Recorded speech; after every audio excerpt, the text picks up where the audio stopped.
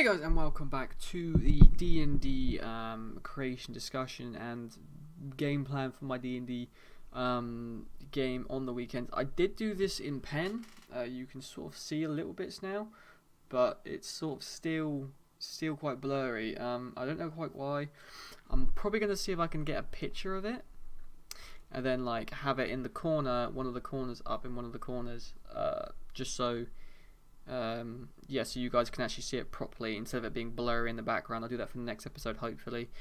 But yes, so last session with the D&D session, I couldn't record it obviously because there are people around, and it's a bit crazy at the time, and it's not just a game of D&D. It's a bit of everything. You'll be happy to know that everything went off without pretty much a hitch. Some of the characters almost died actually in the encounters, but it wasn't too bad. It was a nice fun entry. They liked that we opened up in a temple.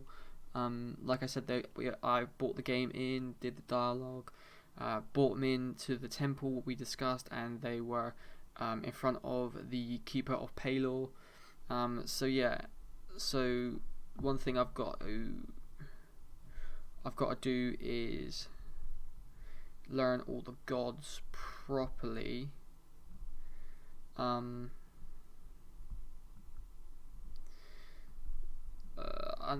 because there are a couple of gods that I mentioned in the actual session, so I said Palor. None of Palor's followers, like I said in the last one, will have brown hair, always have blonde hair, and they actually picked up on that quite well. So hopefully they remember that when they see somebody.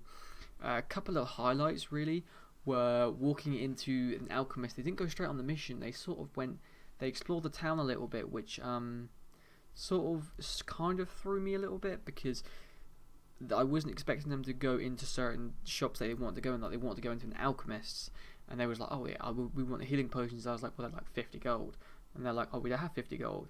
And then one of them was like, "Oh, okay, I'm going to steal the healing potions," and I was just like, "Whoop." Don't know what that's gonna do, but that was an interesting session. Luckily they didn't get caught stealing anything, and they didn't get in any trouble, and they went out and they did find the goblin trails in the end and go and follow them back to the goblin's cave and lair. And did they slay all the goblins? Just about. They walked in there blind, which was pretty funny because none of them has dark sight apart from one. So they walked into the darkness at one point, which was great fun to see. And they was like, "Oh, I attack this person." I was like, "No, you can't see. You can make an educated guess, but you're rolling your attack at disadvantage." And they understood that, and somebody lit a torch, which gave the rest of the party being able to see, which is kind of nice. But I really did like that factor about it. But yeah, it was a very good session overall. I dropped hints on the goblins about Bane and Kali, and there's another god beginning with T, which I can't remember. So I've got like 4 or 5 gods out there, 4 or 5 gods out there which I can bring in later. So they're the evil gods, obviously, that I've mentioned a few of them. Kali is going to be one of the main. There's going to be 2 main villains, I think, in the storyline. Which I'm thinking Kali and the other god that always wants to be resurrected, and I can't remember his name. It begins with T. But those 2 are the ones that I think we're going to bringing in the most to the main villains of the story. That there's always going to be a cult of Kali and a cult of this other god, and they're going to be trying to resurrect them. And like I'm going to make sure that I'm going to like exaggerate and say like the Kali is this god's mistress god. So yeah, so that's why they want to be resurrected together, because they want to live together forever. So hopefully that's going to occur at some point, and then when they obviously get resurrected, something's going to happen. A confrontation between the heroes and the gods, or something like that. Maybe they don't get resurrected completely, and like that feels like I'm stealing straight out of Critical Role, but like not like getting like Critical Role had to get the things to anchor the god down, but maybe that the god has a certain point and they have to stop the ritual. And if they don't stop the ritual, maybe the world gets destroyed or completely overrun. And then if they can't do that, then they have to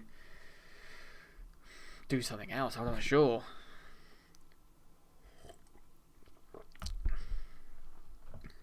But yeah. But let's focus on tomorrow's session. And it's 3 o'clock in the morning, so if I'm talking a bit quiet, my bad. I don't want to wake the neighbours.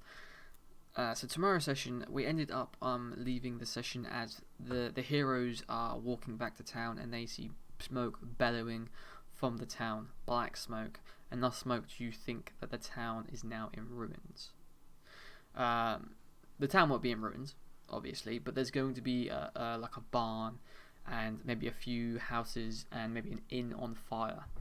That's going to lead into the next segment. So we've had goblins in this area, and we're going to have gnolls in this area. So the reason why I want to do that is I want to bring in different types of enemies, and get them to save this village and build up. I want to build up their reputation from level 1 to about level 5, I believe. And then once they've built up this reputation, I want them to be able to then move on to another city and start moving on to like a main city, and then that's where the actual action is going to start. So we're going to have little mentions of Kali here, of Bane, of these other gods, and then when they get to the main city, we're going to start seeing like there's a cult in the city, and they're going to see flyers about and just like join the religion of Kali, and just things like that, and just little things they're going to see, but they're not going to pick up on because I'm going to make it very subtle, foreshadowing. But yeah, hopefully they don't see it coming, but it will be there.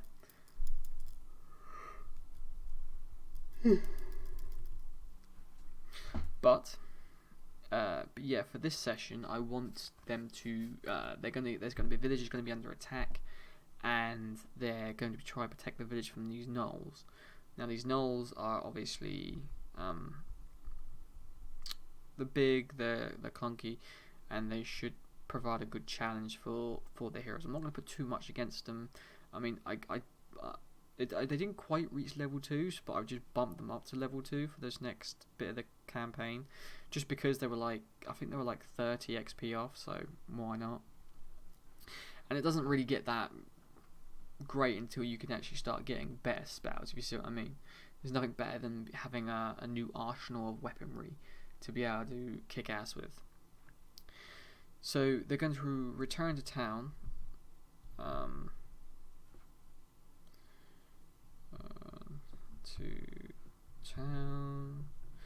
They're going to fight gnolls off, and the town is going to contract them. Town contract to wipe out gnolls. So it's just a town contract just to wipe out the gnolls, to deal with them, and that's the way they're going to actually meet the mayor as well, and the mayor is going to be a big part to play. So I'll probably from here send like the mayor, send them from the mayor, but then send them from this town to another town near here, then from that town to another town near here, and just keep them up in like this region here, because there's 4 towns in a very small quadrant there. So I'll probably keep them there for a little while, and then I want to send them down to sort of down here to the Isles of Incantation, to let them know that's there, and that's going to be a big part of like the end game of the world, because I'm going to have that. There's like a really undersettled undertone underworld, like black market magic world, and there's going to be a big following of like Kali there. And because of that, there's going to be like that's where probably the main place where they're gonna like summon her or something. And I might not even use this whole map. Like the Enchanted Archipelagos, I might not even use. I haven't even given this place up here a name. The Akaviri Wastes, that's probably going to be used. I don't know when. But yeah, it's quite difficult to think about all the things you want to use in the map. Obviously, I want my characters to travel, but I want them to feel like when they leave a town, not that it's going to be safe, but that they want to come back to this town. I want them to remember like characters from the town, like, oh yeah, do you remember that time we went into the apothecary and we stole that manticure venom?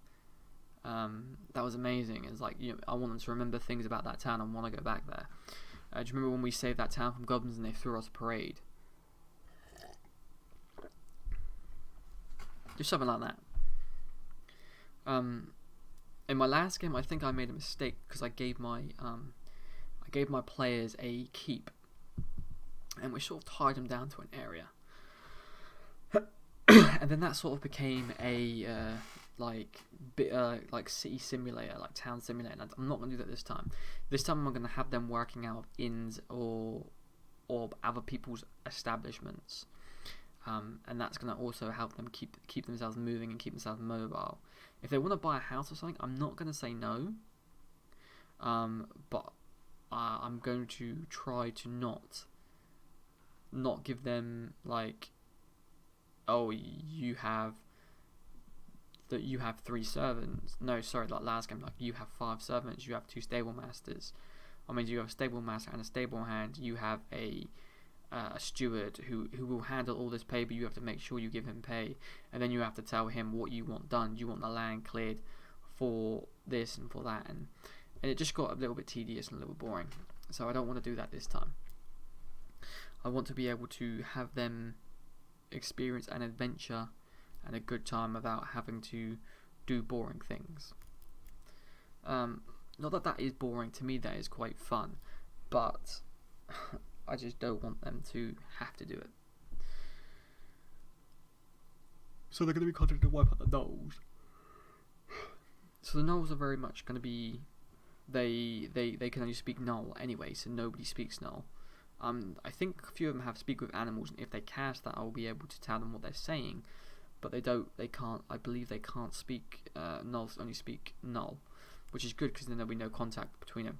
So when they go there, obviously they're gonna wipe out the gnolls, come back. I think that's gonna be very, very basic. Go out there, kill the gnolls, come back, and I'll tell them they have to collect like gnoll ears or teeth, canines or something, and every canine they bring back, they get like a certain amount of gold.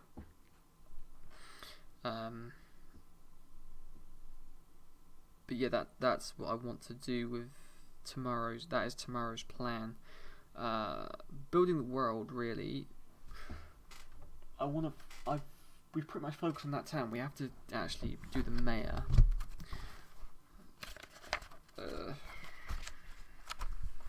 Mayor. We've done the mayor yet? We've done the innkeeper, barmaid, the smithy, the alchemist, the cartographer. No, we haven't done the mayor, so we're going to do it now. The mayor. It's going to be male or female? That's a good point.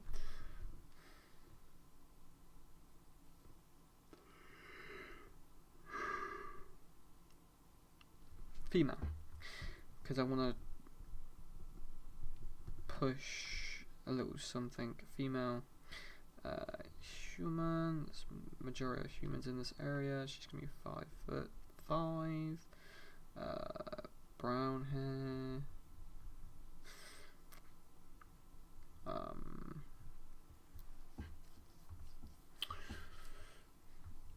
She can have a scar on her left shoulder of a gnoll claw. So, gnoll claw, left shoulder. She's got a gnoll claw on her left shoulder, so that's going to give her a character and something distinctive for us to remember. Oh, My screen decided to go dark. So yeah, so that's what we're going to go for in this next session. I've got some of the characters, they have some sort of shady backgrounds that I want to dig into. Like my partner's character is a true blood, is it Yinsen or something like that? But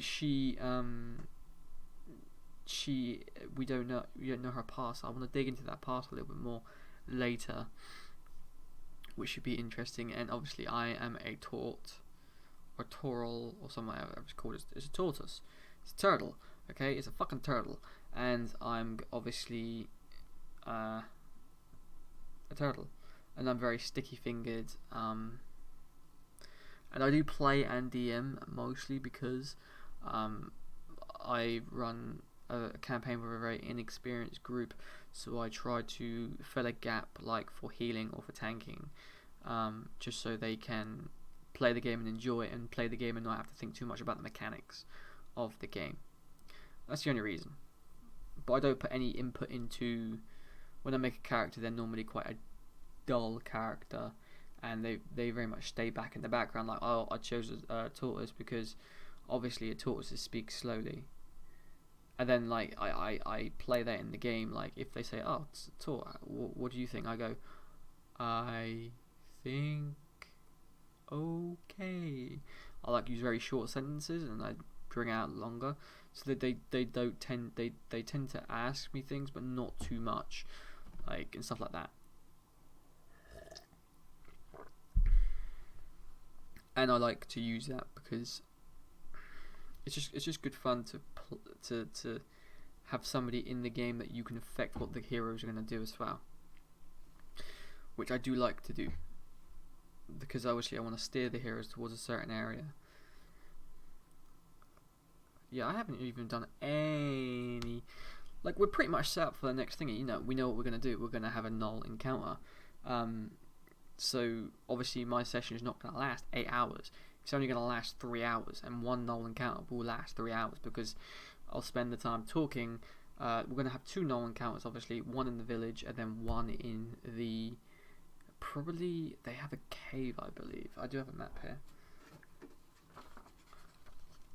No, they have a null camp, so they're going to be tents. There, null camp. There it is. It's a little null camp. So a little null camp, we can just have them there, and sorry. And they can have that encounter, and then they can come back, and then they can be given gold, probably a room at the inn at the mayor's expense for like a week, so they can get their bearings and stuff like that. And then the next week, I want to send them not on just a kill mission. I want to send them on a mission. I want either the mayor or one of her knights to send the heroes to, I think it's called, that's it, Kingsborough. Now I want them to send it to there to retrieve an ancient sword. And then once they retrieve that ancient sword, it's going to have like an engraving on it as like for the refuge of Kali or something, or a dagger or something like that. And that's going to be like a sacrificial tool later on in the campaign, that they're going to realise that they actually just got for this person. And when the captain of the guard gets this sword, she's going to just hastily disappear and not come back. And then in passing conversation, the mayor will say to the heroes, oh, have you seen the captain of my guard, whatever the person's name is? I haven't seen her in a few days. I didn't know if you had. And then like the heroes is not going to think anything about that, but then later on in the story, that person will come back and will give them a very distinctive sign. Like the captain of the guard is actually something we should design actually now, just so we have it there in place for tomorrow. So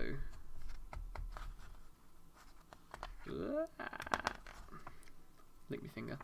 There we go. Easy now. So So Tyborn, captain. So it's a male, this one. 6'2", bulky build. Let's go. Age will be 54. White hair. That should catch people's attention. And a scar across. Cross where? I really want to say like across like here, but then that's a bit too obvious. Or across his eye, or across his forehead. It's a bit too obvious. Maybe we'll go for like along his jawline. Scar. Along jawline. He's got a scar along his jawline. And he sports like a mustache, maybe? No, I don't think so. I think he can be like white hair but clean shaven. And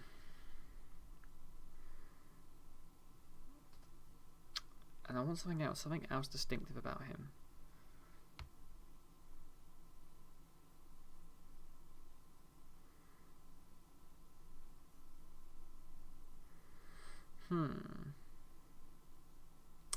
Got it.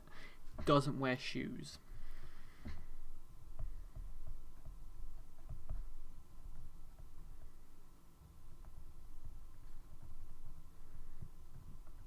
So I'm going to have him as a monk class, in case the heroes have to fight him later on in the stories, and he doesn't wear shoes because of that background. And the heroes, I'm going to mention it, and the heroes are going to be like, okay, but they're just going to run with it. They're not going to worry, I guarantee it. But then later on, he's going to be a monk class, so then that's going to tie in there. So you've got to think about that future. But yeah, so that's the captain of the guard, obviously. The voice will probably be something pretty bland, I think, just so I can bring him back and the heroes won't notice. Hopefully. Yeah, because I might, like, on the art incantation, he might have ran to there. And then all of a sudden, when the heroes arrive there, you see a man, quite tall, bulky build, scarred down his jawline, putting a poster on the wall saying join the religion of Akali, and you could say that the man then disappears down the road, continuing to put up his posters every 100 feet or so, just to give them like he's passing, you know what I mean? But he's there, and you don't realise it unless you really pick up on it.